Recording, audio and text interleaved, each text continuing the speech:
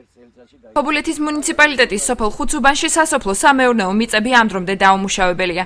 როგორც ადგილობრივი ზურა ბლადაძე აცხადებს, სოფელში ტექნიკის დეფიციტია. სოფლის მეურნეობის სამინისტროს მიზნობრივი პროგრამის მექანიზაციის ტექნიკური საშუალებებით ფერმერთა უზრუნველყოფის ხელშეწყობის ფარგლებში კი ტრაქტორები ხუცუბნისთვის ჯერ კიდევ არ გამოუყვიათ. სოფლის მეურნეობის მინისტრის მოადგილე აცხადებს, რომ ტექნიკა ამ ეტაპზე მაღალმთიან აჭარაში მუშაობს, ხოლო შემდეგი კვირიდან კი ხელვაჩაურსა და ქობულეთის მუნიციპალიტეტებში გადმოინაცვლებს. აგროსერვის ცენტრის მემცენარეობის განყოფილების უფროსი ნუგზარ ოქროპირიძე მიიჩნევს, რომ აგროვადების მიხედვით მიწის დამუშავების საუკეთესო პერიოდი მაისის შუა რიცხვებია. ის გლეხებს მოთმინებისკენ მოუწოდებს. მე თვითონ ვერ ვხედავ რა ვიცი. სალი არ გაგვაქვს და საწვავა არ გვაქვს და თბილისიდან იყვენო.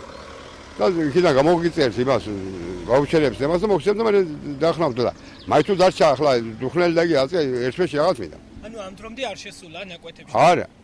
არ შეჯაგერ გაჩვენებს ახლა თუ მინდა. ანუ მიზეს რას ამბობენ? სალი არ გაგვაქვს და ტრაქტორს არ უშვებენ და მე აი დავხლა. ჯერ ფაქტიურად დაგვიანებული არ არის ვფიქრობ, მაგრამ შეფერხება იმიტომ რომ პარათები დროზე არ მოვიდა.